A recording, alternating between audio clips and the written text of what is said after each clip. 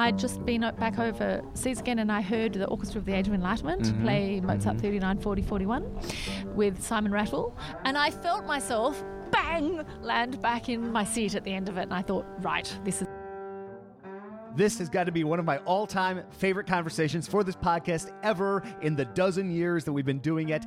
I'm your host, Jason Heath. This is Contrabass Conversations, and Kirsty McCahon is today's guest. Wow, what an incredible human being, an artist and musician. I had such a great time chatting with her in person in the beautiful Botanic Gardens. I'll let her set the scene right by the Sydney Opera House. We had such a cool chat about her career and all the groups she's played with over the decades. Oh my goodness. The high points, the struggles, the nitty gritty of a life in music. And I can't say enough good things. I know you will love this conversation too. After Kirsty and I got done chatting, we went over and saw a performance of the Sydney Symphony in the beautiful Sydney Opera House. And Case Boersma, who's Kirsty's husband, we had a great hang with her and Case, and what a great time. One of the highlights of my trip to Australia for sure. I know you'll love this conversation. And a quick shout out to our sponsors, D'Addario Strings, Steve Swan String Bass, Upton Bass, the Bass Violin Shop, Modacity, Colstein Music, and A440 Violin Shop. More on them later, but let's get into this conversation with the fascinating, wonderful, thought-provoking, personable Kirsty McCahon.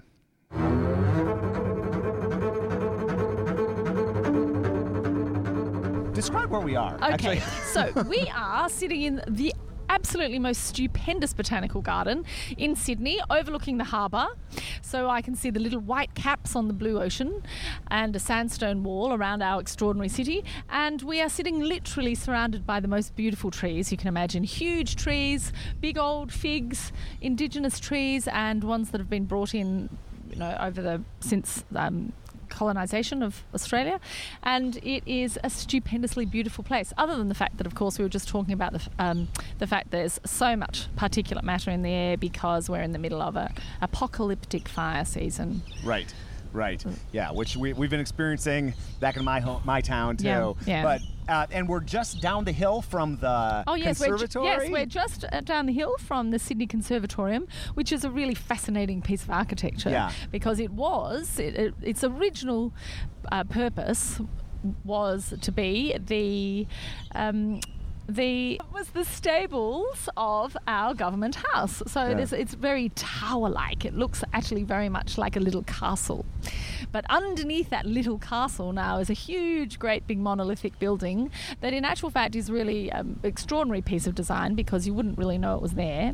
And it sits out into the garden, so it has beautiful views. It's nestled in amongst the green, and it's a pretty perfect place to go to school or learn to study music. I think one of the beauties of this particular conservatorium is that it is nestled in nature, and as we know, all of our sounds, that's where they come from. We're just imitating all those sounds that have been around us since time immemorial. So it is a beautiful place, and I'm actually looking out at tall ships on the harbour as well.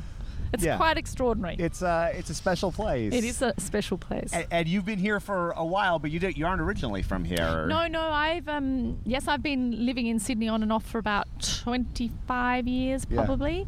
Yeah. I was born in Carnarvon, actually. I looked that up. It looks like it's pretty remote. It's very remote. Okay. It's the westliest most part of the Australian continent, and then my family moved over, and I spent a lot of time in northeast Victoria, and then I went back to live in Melbourne, and from Melbourne I went to study overseas, and then when I came back to Australia, I came back to Sydney to live in Sydney. Now, did you pick up bass in Western Australia? I was a girl when I left Western Australia. I was a little girl when I left Western Australia. So it was relatively late when the bass and I found each other. So I'd played a year or two of cello, but in actual fact, in my local high school, I opened a big cupboard at one stage, and there was this amazing looking beast, and it was I don't know whether you've ever seen one, but it's called a golden Stradivarius. No, I haven't. Oh, it's a really disgusting looking instrument. It was green, and the strings were probably about 4 centimetres off the fingerboard. And for whatever reason, that 16-year-old girl decided she wanted to play that. So I started playing jazz initially. Oh, jazz first, really? Yeah. Wow. Yeah. Are you from a musical family? My mother and my mother's family are extremely musical. My father's family, not at all. My dad actually was a minister, and I remember being a really little girl standing on the pews at church, so I was probably 2, and listening to my dad sing at that stage and thinking, whoa, I love you, Dad, but that's not quite the same way as everybody else is doing it. But no, my mother's family has music running deeply through their veins. They actually belong to that generation too, of where everybody would stand around the piano and they would sing 4-part harmonies. Yeah, that I'm familiar with. Fantastic, isn't it? Yeah. Yeah, it's not something we do anymore. Yeah. We have lost that, which is a real shame, actually. You studied in Paris. I did. Didn't you? I did. I studied with a really fine bass player called Marc Madeur. Actually, I'm saying that with a bit of a French accent, but he's actually American. Oh, really? Yeah, he was American, and he was the bass player with Ensemble Intercontemporain. Oh, okay. Yeah. Yeah. And a fine man, really fine man. So basically, I decided that I wanted to go and live in Paris. And I was potentially going to study in Vienna. Though I had all sorts of different options on the table. And I spent a bit of time studying in London, and I spent a bit of time with all sorts of teachers in different parts of Europe. But I actually wanted to live in Paris as much as anything else. And I'm not really sure that was necessarily the wisest decision for my bass playing, but I sure had a really great fun time. And it was essential for me because I was living in a culture that placed music right in the middle of their culture. Mm-hmm. And I think that, we're talking about potentially what we're losing. I think more and more we're losing that as our cultural reference. And for me, that was a really fascinating time. And the way the French government, the French people treat their artists is quite extraordinary. They really do value those systems. So I'm really pleased that I did that. But I did spend a lot of time then also in England, and some time in Italy, and sort of picking up bits and pieces of studying all over the place. So my technique and my style of playing, I've sort of sat and listened a lot and brought all of those into the way that I play. Well, okay, so French bass playing, musicianship in general, Italian, English, I think very different things, even just like the culture. Well, that's right. So, absolutely. Culturally, we're extremely different. Yeah. But the sort of person I am, I'm culturally different for most bass players anyway. So that, and I'm obviously referring to the fact that I am a tall Australian female. And that I didn't think of that as being odd until I would be in various parts of the world, and I am not a bass player in other people's eyes. So that was very eye-opening for me. Actually, also when I first started to play the bass in Victoria, there wasn't a bass teacher in our state system that would teach girls. Get out of here, really? Yep. So my mum, who was the Equal Opportunities Advisor in the Education Department, said, well, my daughter will learn to play the bass if she wants to. And so I used to go into Melbourne Boys High and have my bass lessons. Really? Yeah. So I would go in and have my bass lessons at Melbourne Boys High, because that was the one teacher that was in the state system, and he wouldn't come out and teach girls. So I went and had my bass lessons there. So this is an interesting. I know that a topic of passion for you. That's a bit of a digression. No, but I was not at all. Thinking not at all. about that stuff when I was, having a chat just then. Well, and I know that that's something that you're passionate about. And let me share a quick story about my wife is a harpist, but is a doctor now. Yeah, right. Too. Right. And so if we look at her profession, radiology. Yeah. If you go back 30 years. Yeah. All guys. Absolutely. And they, even the older generation that's still there, one of the people training my wife even said, you'll make a very good lady radiologist one day. Well, we used to, with my original teacher, this is such a great story, and it's true, is that we used to, he used to say, okay, we will have the bass players, we will have the party. We will have the bass players, and we will have Kirsty. And so, there we go. Got that sorted, haven't we? But it is really fascinating because I used to have big photos up on my wall of fine sections, and they would have been the Berlin Phil and the Vienna Phil and Chicago and those kinds of organizations, and it didn't actually even occur to me then that there weren't any women in them. They were just places and people that I admired and wanted to emulate. And as we know, the world has changed a lot, but still a lot hasn't changed in that regard. Yeah, it's incredible. Look at whether it's Vienna Phil, or I remember looking at Chicago Symphony in 1950s, and everybody, including the harpist, is a man, Eddie Druzitsky, and now we look at the Chicago Symphony and it's 50-50 pretty much. You look at my wife's profession, radiology, and it's over 50%.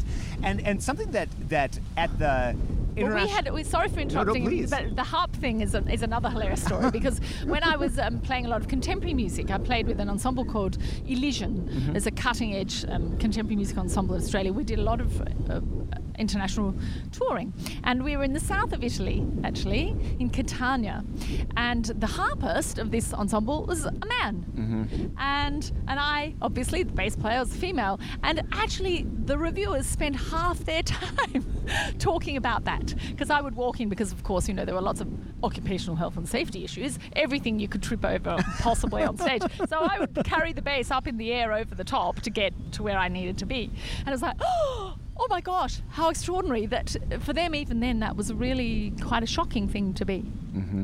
And I still find that for a lot of young girls there are still those issues, so it's much more subtle now than it was before.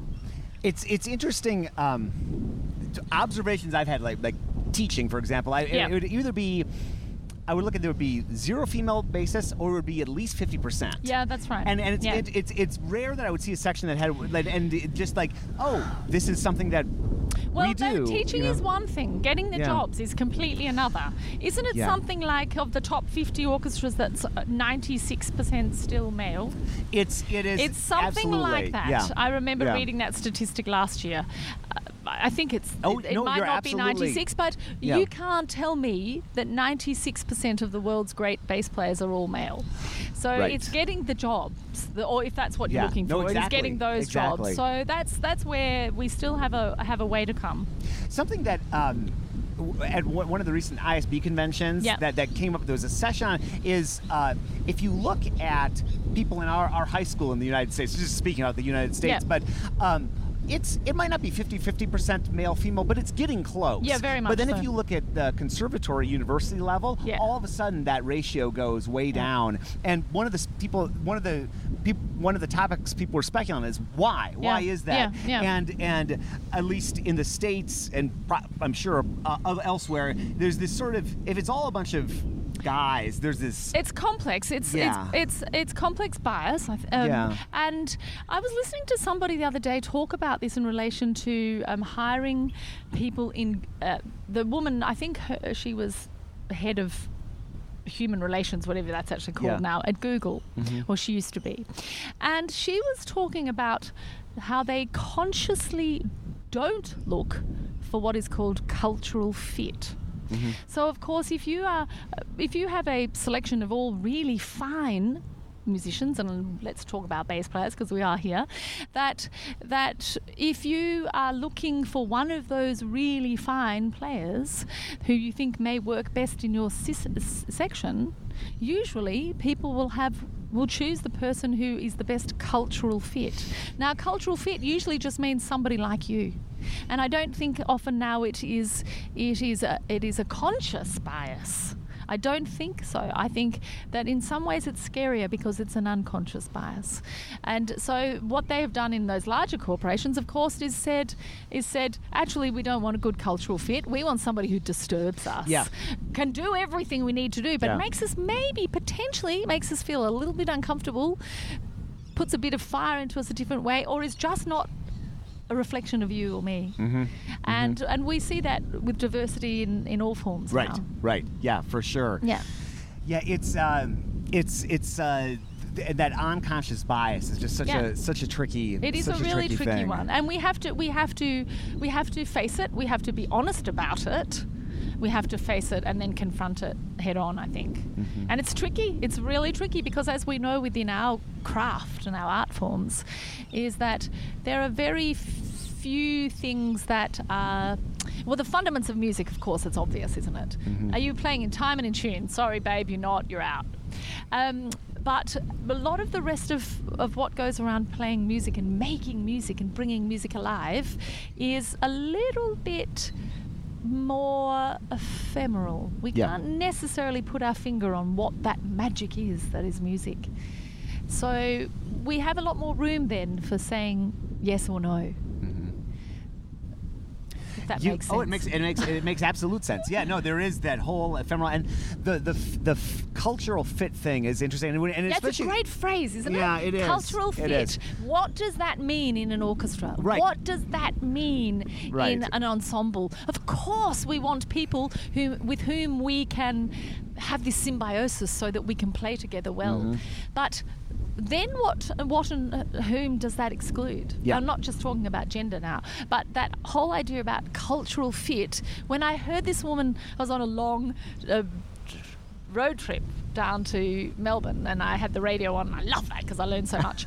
And that just really sang out to me in relation to our industry. Yeah. It's it's not an easy thing to solve, but it's not an easy thing to talk about either. Let me tell you. I'm sure. Do you? It seems like that's a subject that you like, that you are passionate about talking about. The older I am, the more comfortable I am with speaking about it.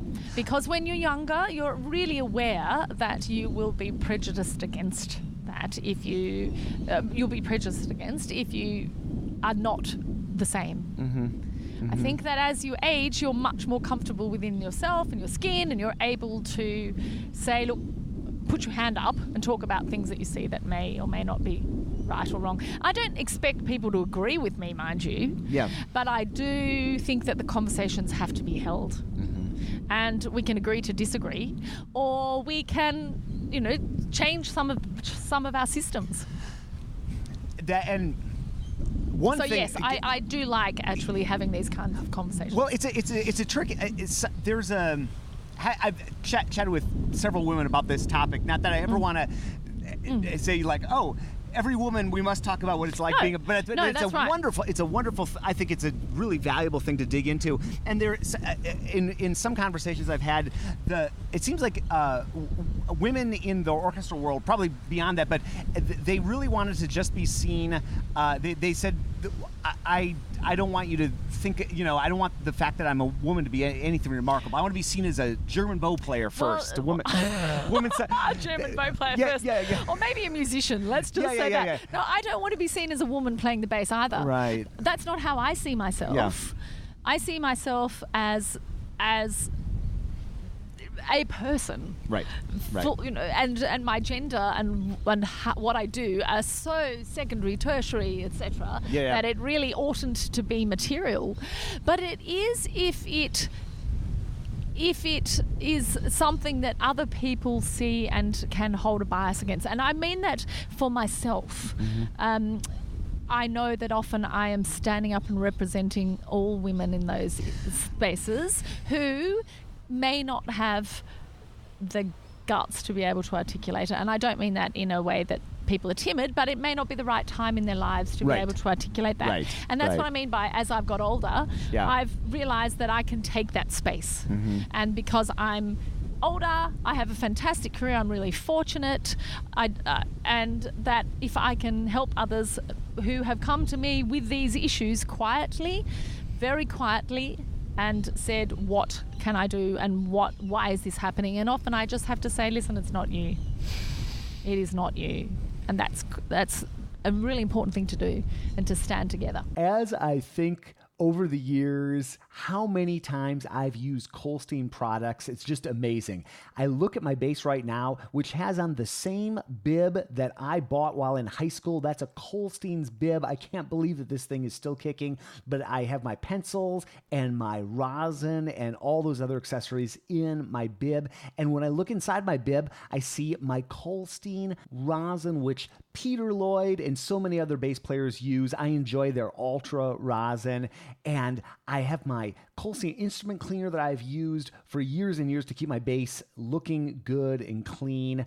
They've got Varicore strings, which Michael Klinghoffer loves to use, especially on student basses. They've got quivers, stands, so much more. Learn more about their accessories, their beautiful pedigree instruments, and so much more at Kolstein.com.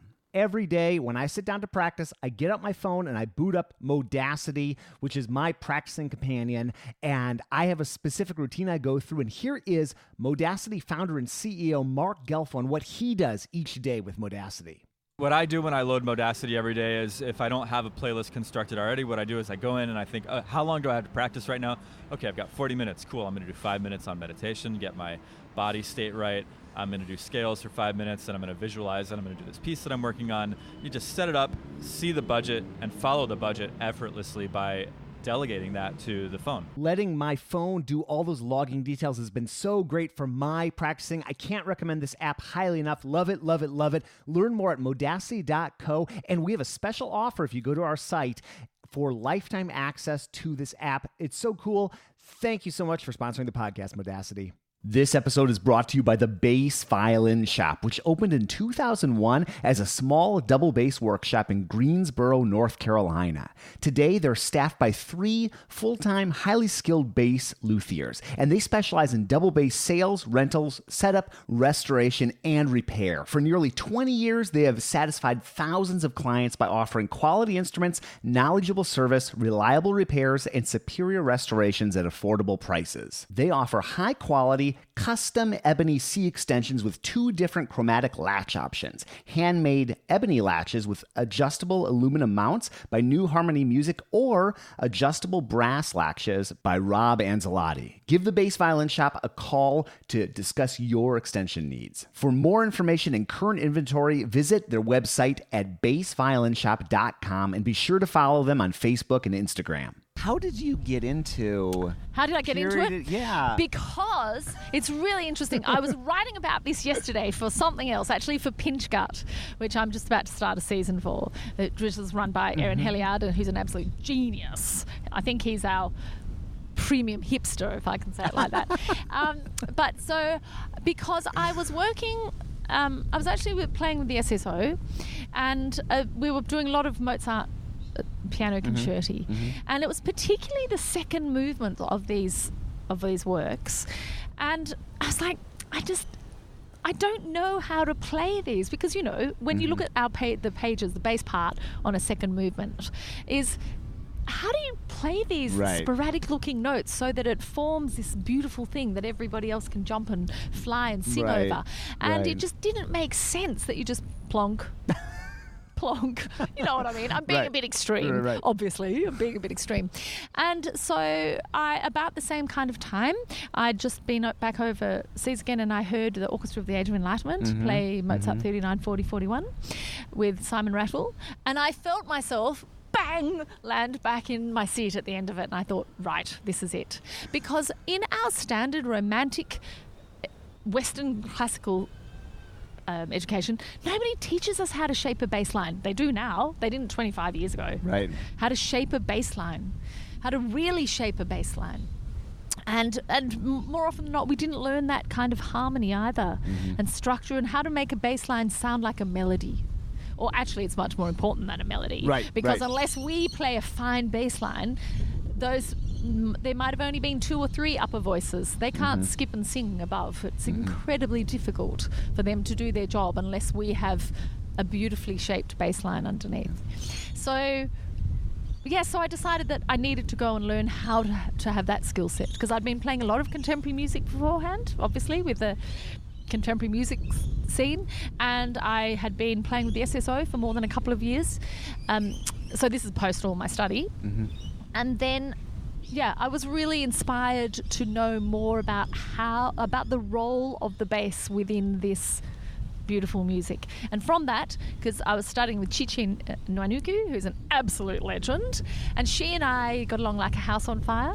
And she was also one of the first people to say to me, "It's okay, Kirsty, what you're doing is fine." So she didn't try to mold me to be a mini her. And practically everybody else that I'd gone to after a certain stage had said, basically, unless you do it like me, it's wrong. And I remember, again, with her at one stage, I said, oh, sorry, I'm sure that's too much. And she looked at me like I was completely an idiot. And she said, no, do you really think the people of that time ever thought that what they were doing was too much? Right. Because I'm quite a big player. And play with large musical lines. Mm-hmm. And it was really great. It was like, okay, I still can be me in this music. Because, 20 plus years ago, people would go, oh no, it's just got to be light and that's true. Blah. It's like bullshit. Yeah. You've got to make the music out of it. And these extraordinary and huge instruments, you can't tell me people string tickled with them. They just would not have string tickled because this was the contemporary music of their time. So for me to actually play that old, what we think of as old music, as the contemporary music of our time, I love that. That every time it's new, make it fresh and new and sparkly. That's something I've noticed over, like, let's say the past 20 years or so, as you listen to historical performances or recordings or something, like the muscularity sort of like or both came back. Well, that's into right. It. It's because I think there's a really false concept to think that anybody, literally, I use this phrase a lot, string tickled. Yeah. And as we know, string tickling on a bass is very, very dull for us, and it's particularly difficult on gut strings. You really have to nurture a gut string. You have to sing to it and think about it in many ways before you start to get it going. So you have to be very particular about what you're doing with your weight distribution, and you can't, unlike an upper string player, you can't just blow on the string and bingo, there you go, you have sound. Right. So I love the sinewy sound of gut. And it has informed every single thing I've done after that, because unless we learn the musics upon which all else has been written, I don't think we do our romantic repertoire justice either.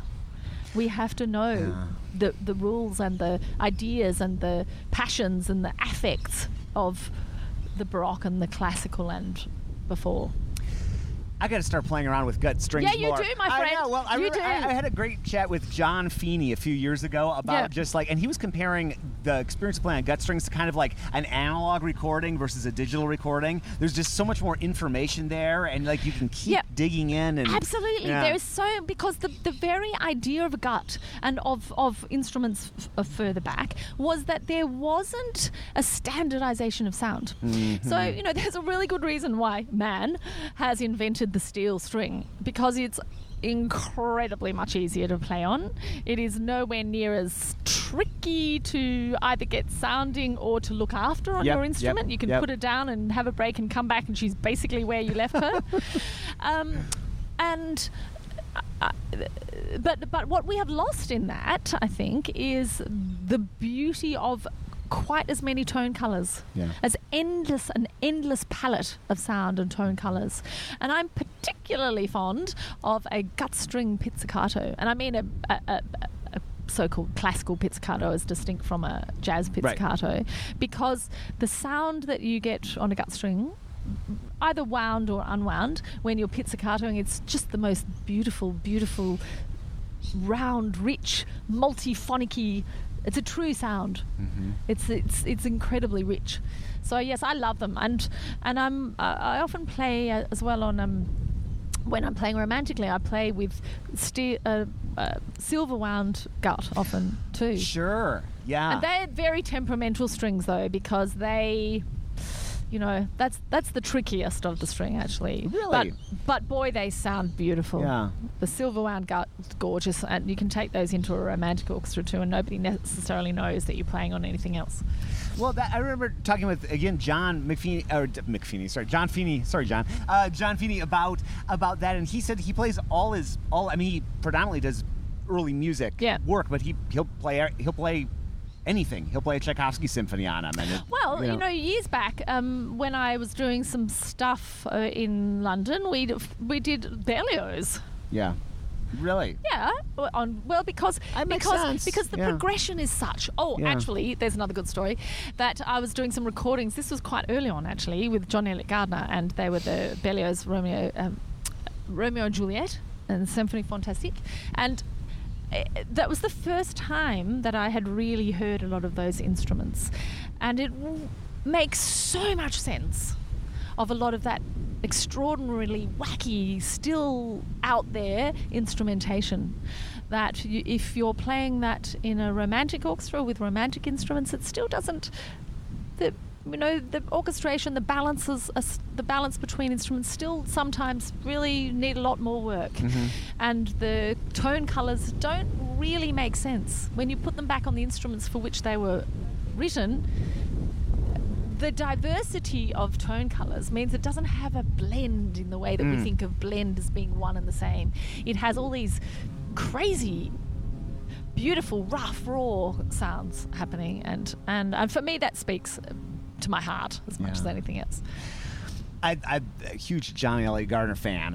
What was he like to work with? Well, I found him really wonderful to work with. Yeah. Really, and fascinating to watch and listen to how he puts things together. That particular recording must have been the Romeo and Juliet, where there was a choir around the side. Does Romeo and Juliet have a choir?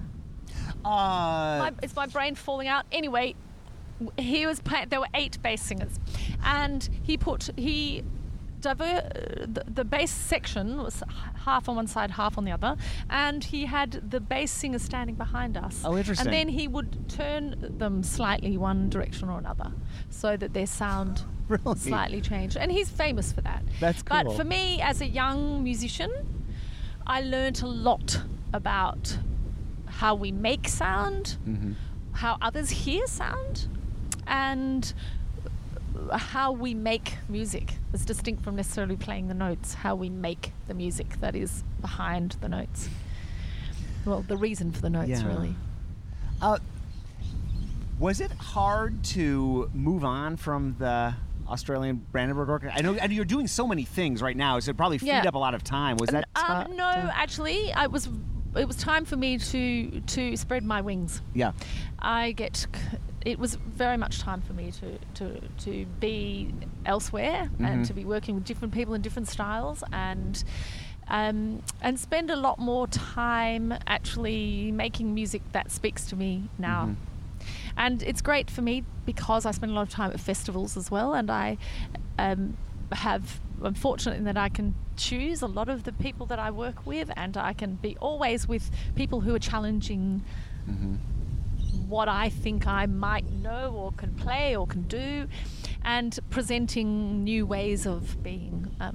I'm thinking actually particularly of somebody like Genevieve Lacey, who's a complete musical genius in Australia. She's immensely humble, but how she puts people together to make music and to form projects is eye-opening. If you have time, have a look. She's a recorder player. I will, absolutely. One of the things that's her primary raison d'être, but she's a big artistic director, and stuff that we were doing at the Adelaide Festival in March was really profoundly life-changing with the peoples that she brought together from Arnhem Land and our first Australians, and the musics that came out of that. And we would segue literally from a canon, from Purcell canon, into a ancient song, and from one to the next. So the whole programming of how musics were put together showed that they were just music, singular.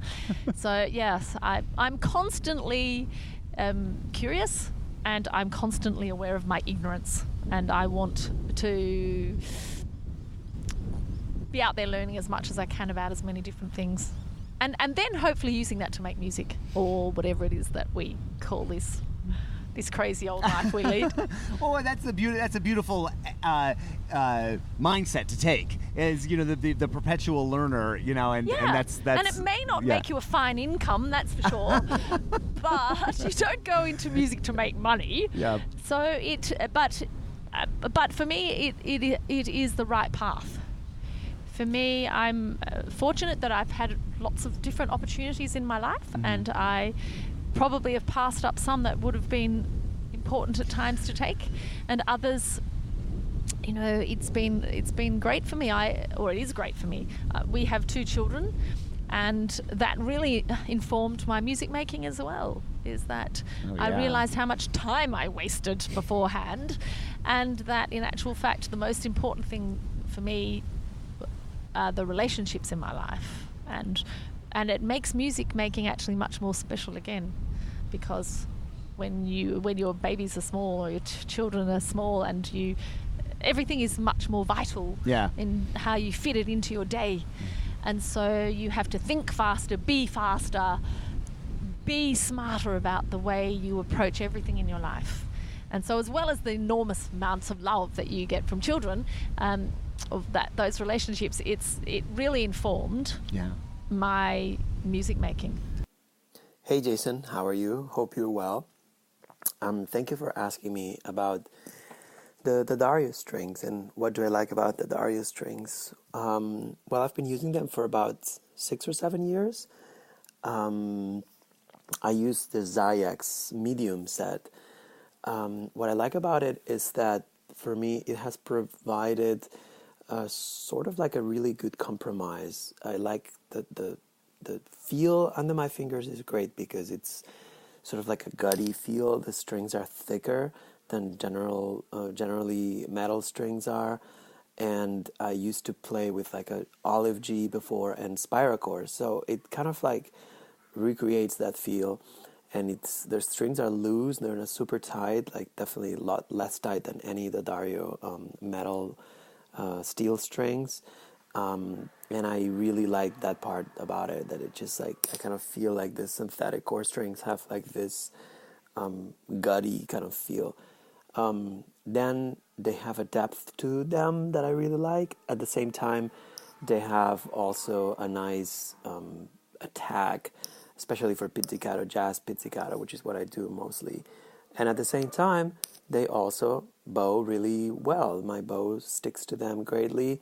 I do have to clean the strings a few times if I'm bowing, because I like to cake my bow with quite a lot of rosin. But overall, they're just a great sort of like catch-all string for me. I would say the only thing that it's perhaps not as great about them is that every 6 months I feel like they start going out of tune, and then I think that I'm playing out of tune and what's wrong with me, and it's like, oh, the strings must be wearing out, and then I change them, and then they're great again with the new set. So that's all. Love those Zyex strings, and I'm very, very happy to be the Dario artist. They're great people, and very lucky about it. Thank you so much, Jason. Take care. Bye.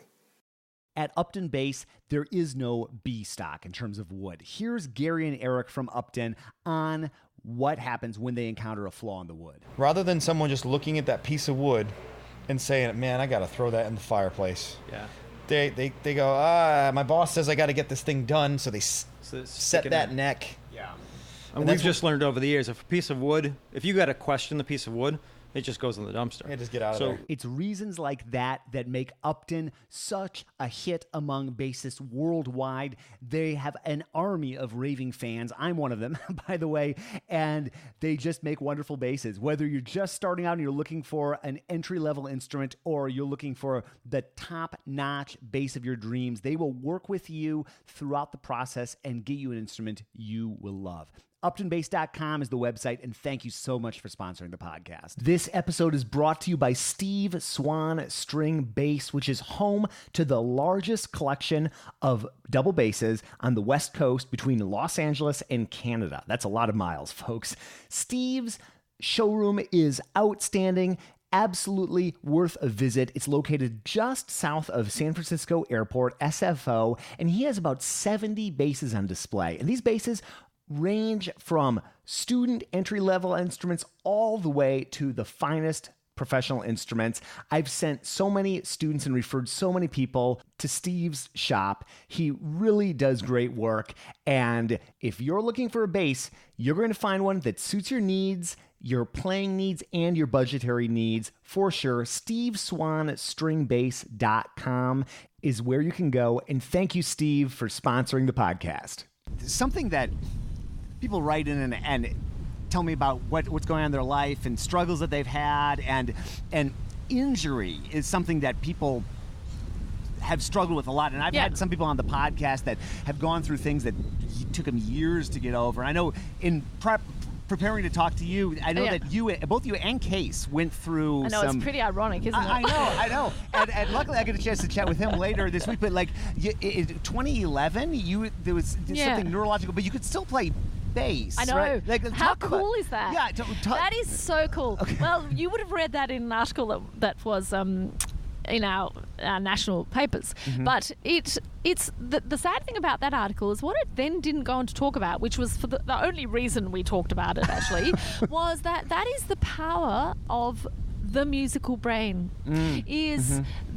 That how I can't speak for Case, but how I came back from what was called a neurological injury, actually.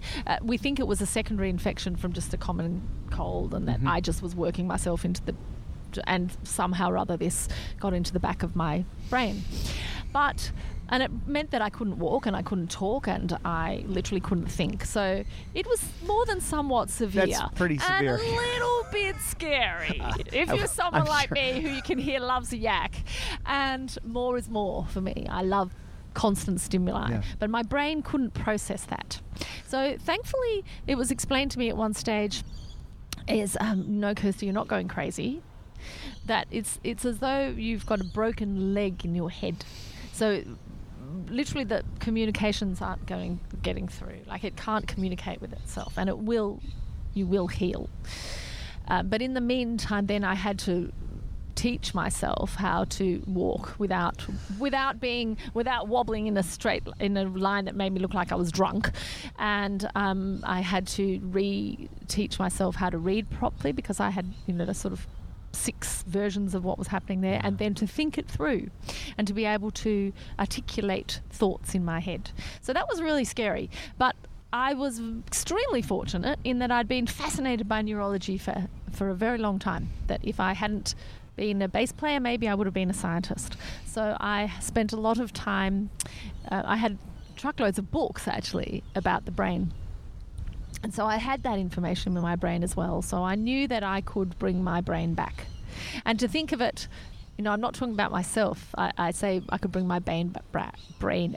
So if I thought of that as something outside of myself, then that actually made all of that much easier.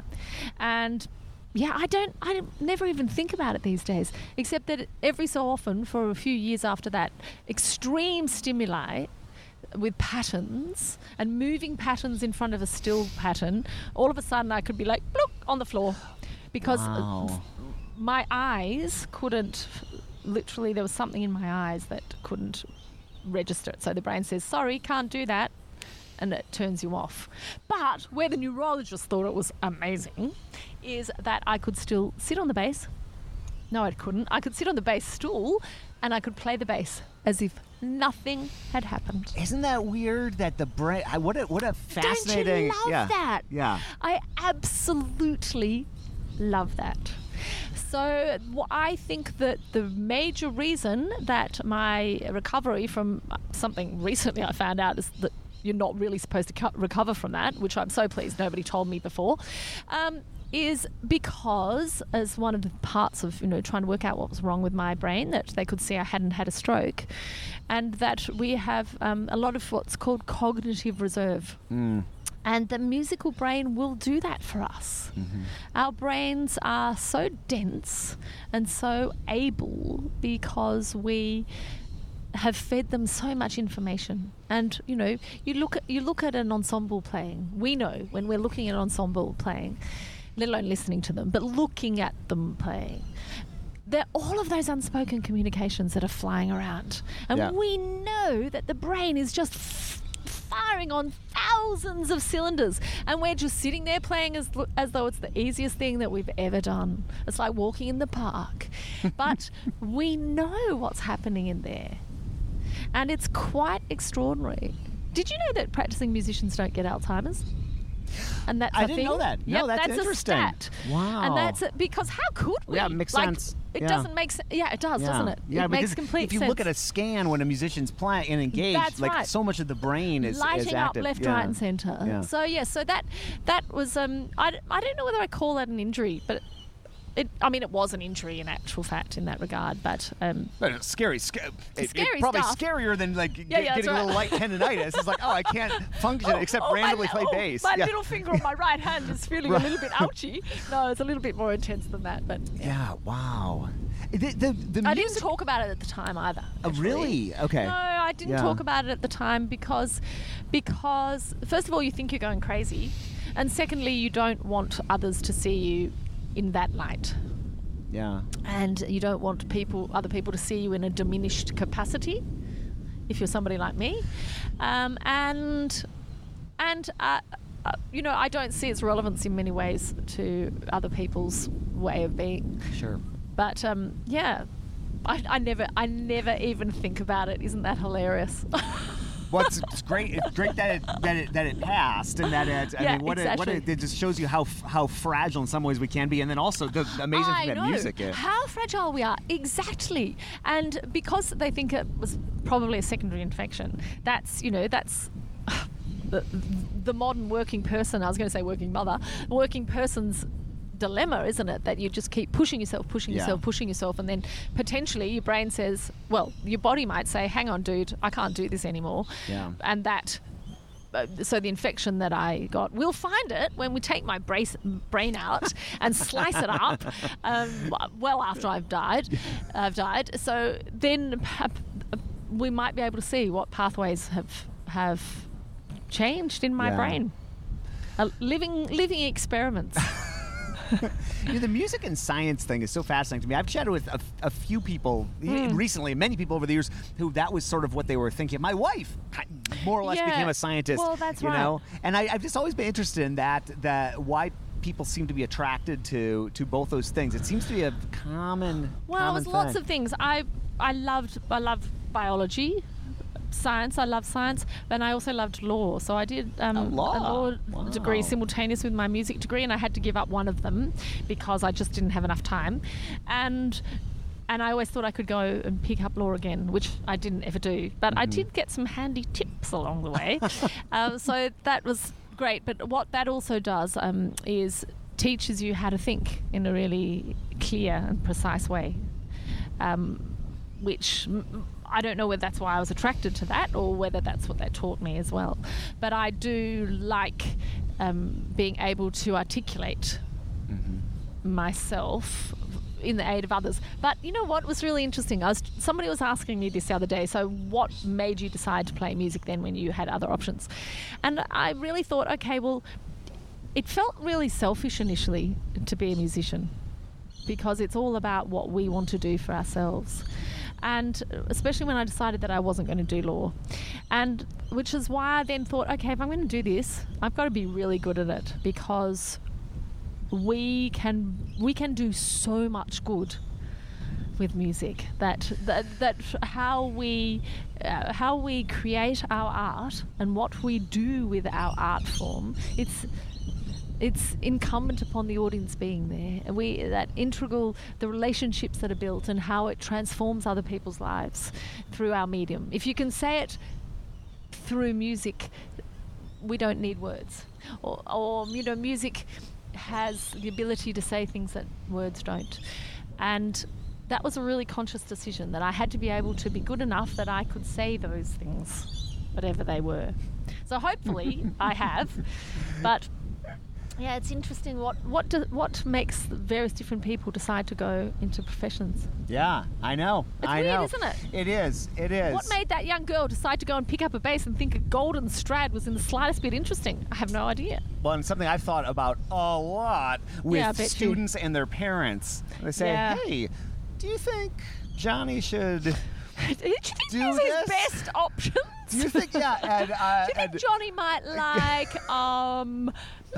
lots of other things? But I've seen so many people go on and contribute so much in music that I've worked with, and obviously beyond that. And so it's something, if that's your passion. There's more to music than most people realize. There's more that you can do. You've done so much in music that's brought, and you're doing so many things now too. Sometimes I start with this, but I guess maybe we'll go there. What are the suite of activities you're doing right now? Because I'm going through online and reading and taking all these notes. And also, well, you're a good boy, aren't you? But but as you've probably seen, I've fallen off social media because I don't have enough time. That's okay. Let the social media go. Yeah. But often in our crazy world, what we do is we feel now that unless you articulate that on social media, that it's not happening. Right. In actual fact, often it's the reverse, isn't it? It's You're too busy to do that kind of thing. Yeah. But I've come off a couple of 5 weeks of really fascinating work, literally bang, bang, bang, bang. And I'm cognizant of this because I just wrote about it for something yesterday. But it's that I'm also an ambassador for a phenomenal organisation called Murrumbilla Voices. And this is run by an extraordinary woman, Michelle Leonard, who formed this program for regional and rural kids in New South Wales. Now, we really suffer from a lack of fine music education at the moment in our country, let alone in regional and rural parts. It's just not happening to the degree that it could. So she decided she wanted to get out there to where she was born, bred, grew up herself, and give back to these kids. So this program at the moment is about 40% Aboriginal and Torres Strait Islander kids, but they learn not just to sing. It's not just a choral program. It's they play taiko, they play drums, they dance. It's all informed by the land, and it's informed by the stories of the people of the land, and it's steeped in this extraordinary country of ours, where we know there's been 60,000 years of people making music on this country. And Michelle works with elders telling those stories and of our peoples, and actually I think of it as walking the talk. There are many people that talk about how we bring people back together in all of our countries, and how we all live together and celebrate together, and Murrumbilla Voices actually walks that talk. The slogan for Murrumbilla Voices is because life is full of possibilities. So the possibilities that this program brings these kids means, of course, that they learn to be really good at something, and they feel mastery, the sensation of what it is to master something, and to be on stage and to be able to share that with others. And they will forever carry that through in their lives, and they may or may not decide to have a career in the arts, and of course, as we know, most people don't. But that sensation of you are good at something, you do it well, you can tell stories with your life, and you are able to walk through your life with a sense of purpose and foundation. Yeah, that's a great thing to do. That's a special thing. Yeah, right. So that's one of the things that I'm spending a lot of time doing. And well, so I did that. We had our gala concert out in Dubbo. Dry. As most people know, we're suffering from this extraordinary and terrible drought. And so Murrumbilla Voices literally keeps communities alive there, because everybody's so engaged with this, and it gives another reason to celebrate, as distinct from despair. And then I literally came straight back. Oh, my bass exploded. Oh, no. Oh, no. My gosh. I kid you not. Beautiful old fine French instrument. Yep. The end of one of these concerts, I had the last 20 bars left to play from a 2 hour and 10 minutes, so that was pretty good. Literally there was this enormous bang, and I thought, no, that's bigger than one of my strings breaking. And I looked down to see, I thought my tail Yeah. But the bass was still there. And I thought, oh my God, what's happened? What happened? I couldn't play it. It was just like, it was the loudest thing I've ever heard. And do you know what had happened? All along the seam, so it's like the airbags going off, of course, as we know. It had cracked open, as it ought, a seam. Literally 30 centimetres more around the back, and snapped one of the struts, the internal struts. It was that dry. It was open this much. It was like a perfect nightmare. Yeah. I had never heard anything so loud. The friends of mine were sitting in the back of the hall. They said they thought it was something like a gunshot. It was really so loud. Oh dear. So anyway, there you go. That's that story. So then I came back in and I was recording, and I did a concert with the Bach Akademie Australia, which is run by a woman called Madeline Easton, who spent a lot of time with John Elliott Gardner. She's his concert master. So she set up an ensemble here. And then a new band that I'm involved with, which is called Van Diemen's Band from Tasmania. Very cool name. Early music ensemble as well. We were recording Bach baritone music and at the ABC, and then we went down. I was down in Tasmania and touring around Tasmania and playing Handel Concerti Grossi actually with the same ensemble, and recording that for the BIS label, the Swedish BIS label. So they sent their tonmeister out to Australia. Amazing guy, fabulous ears, degrees of psychology, obviously. So he was great. So I did that, and then I came back and did another recording with Moore and Billa Voices, and then the very next day walked in and played Tchaikovsky and Rachmaninoff with SSO. And in between that, I was having meetings with these fabulous fellas about putting classical music back in pubs. Oh, great. And I'm working on some solo bass repertoire written by Australian female composers. So I was writing that down the other day, and I thought, oh my God, this is crazy. What a crazy life. What a crazy life. And I love it. It's a little bit crazy sometimes. But as far as diversity goes, there we go. You got it. Yeah. And that was on about 4 different instruments with all those different setups. So yeah, that was that 5 weeks. So was that 5 weeks? That's 4 weeks? Yeah, and that's only a chunk of time. So that's a chunk of time. I did need a little bit of a rest after that. I'll bet. But it was actually then really beautiful to go back and play Tchaikovsky and Rachmaninoff in the Opera House on stage again, and be that big luscious sound of playing with 8 basses again, because I don't spend enough time doing that anymore. I love that sensation of being surrounded by the huge, big, dense, romantic sound. And because I am one of the members of the Australian World Orchestra, of course we have that brilliant, dense sound. But I had forgotten. It'd been probably about a year since I'd gone and played with SSO, and I had a bit of an issue with my shoulder earlier in the year, so I couldn't do the last Australian World Orchestra season. So yeah, I'd forgotten that it's really visceral, that sensation, isn't it, of being back in a big section and feeling all of those vibrations go through your body. Yeah. Wow. We need more people like you. It's inspiring. Look at all the things you're doing. It's really cool. You're not slowing down. That's actually, incredible. I'm not slowing down. I'm speeding back up again. Wow. And it's really terrific. And that's why I can say the things that I said at the start of about women in bass in particular, is because I'm at this really fascinating stage where our children, we will be empty nesters for 6 months next year. Wow. And our sons are 19 and 17, and they are fantastic humans. I love them to pieces. And then they won't even be here. One will be at ANU doing all his physics, and the other one will be in Beirut on an exchange. And so I can speed back up again, because for the first time in a very long time, my life can actually be about me in many more ways. And that's really fascinating in how one structures one's life. Yeah. Because, as I'd referred to before, the primacy of a lot of what I've been doing for the past 20 years has been around my children. I feel that I've had my children, so I can be there for them. So I've spent a lot of time touring, and they've come with us.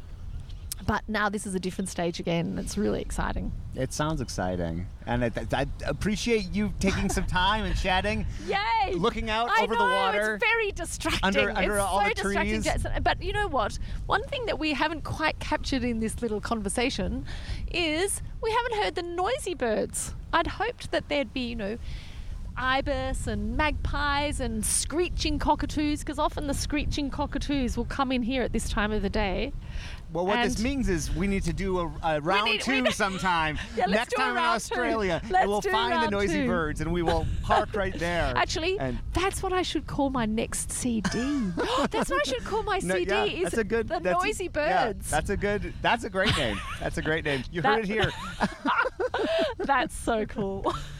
Thanks, Kirsty. I really appreciate it. It's been absolutely lovely to chat with you. Thank you so much.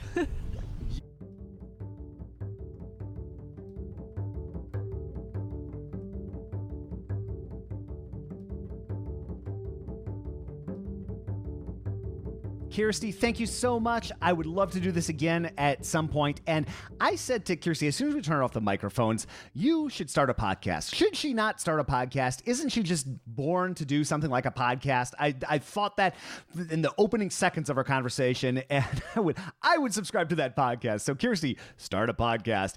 And we've got links to what she's up to, some of the topics that we talked about in the show notes, so be sure to check that out. And if you're new to the podcast, welcome. We're talking with some of the great bassists of Australia these next few months, and these are all from my late 2019 trip to Australia. Thank you to Kirsty, thank you to Case, thank you to Rob Nairn for organizing the Melbourne Bass Day, which gave me an excuse to come to Australia, and I just felt so comfortable and at home and can't wait to go back again soon.